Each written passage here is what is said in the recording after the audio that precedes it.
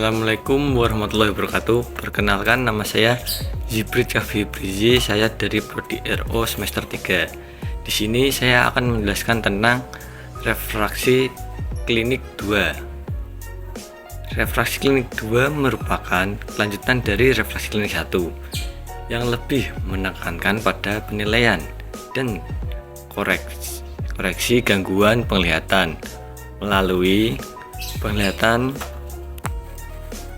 pemeriksaan refraksi, terutama pada kasus yang lebih kompleks.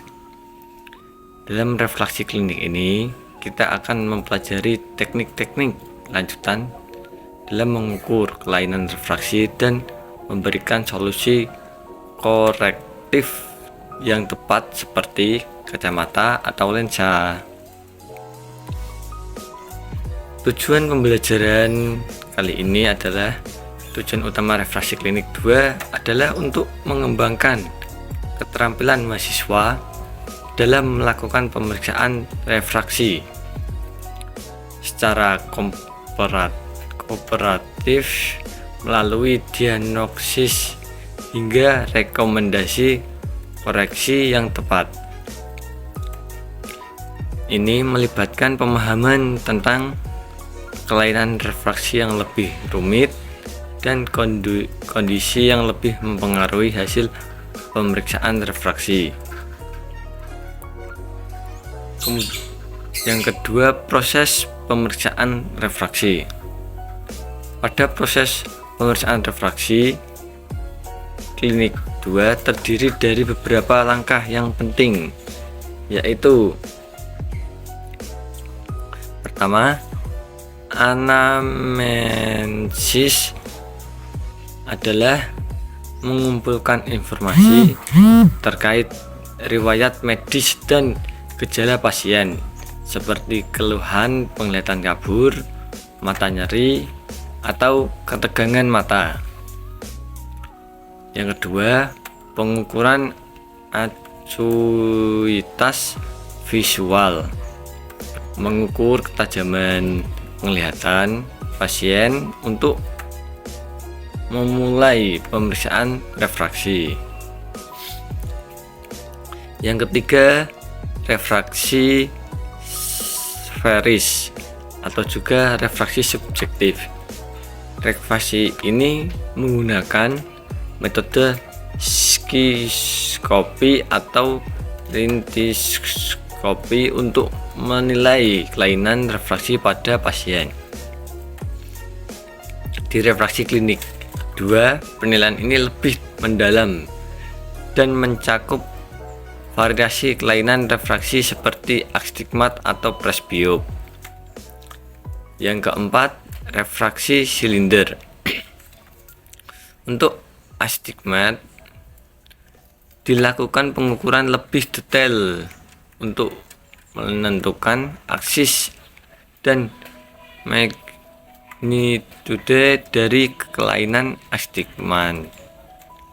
Yang kelima, refraksi akhir. Setelah mendapatkan hasil dari pemeriksaan refraksi subjek, dilakukan konfirmasi dengan alat seperti fotorer atau trial lensa untuk menilai koreksi akhir yang tepat. Kondisi klinis yang lebih kompleks. Pada refraksi klinik 2, kita juga akan bertemu dengan kondisi yang lebih kompleks seperti astigmas tinggi. Ini memerlukan teknik refraksi yang lebih akurat dan terkadang menggunakan lensa torik. Yang kedua, presbiop. Presbiop adalah gangguan penglihatan akibat usia, di mana pasien kesulitan melihat objek dekat. Koreksi dengan lensa baca atau lensa multifokal seringkali diperlukan. Yang ketiga, strabismus atau juling. Pada kasus ini, pengaruh konferensi dan disferensi mata harus diperhitungkan dalam koreksi refraksi. Evaluasi dan pengobatan. Setelah dilakukan pemeriksaan refraksi, evaluasi yang dilakukan untuk menentukan apakah koreksi optik seperti kacamata atau lensa kontak dibutuhkan. Koreksi refraksi yang tepat akan mengoptimalkan penglihatan pasien.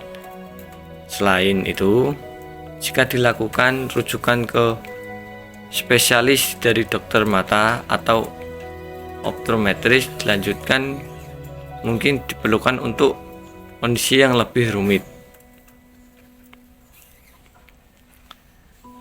Refraksi klinik 2 tidak hanya mengajarkan tentang teknik-teknik pemeriksaan refraksi, tetapi juga meningkatkan kemampuan untuk mendiagnosis dan memberikan solusi yang tepat bagi pasien yang gangguan penglihatannya yang lebih kompleks. Dalam dunia klinik, keterampilan ini sangat penting untuk membantu pasien mendapatkan kualitas penglihatan terbaik. Dengan keterampilan ini, mahasiswa akan siap menghadapi berbagai tantangan dalam kondisi diagnosis dan koreksi gangguan refraksi di dunia klinik yang sesungguhnya. Jika ada pertanyaan, bisa ditanyakan di kolom komentar, atau ada penjelasan yang kurang jelas.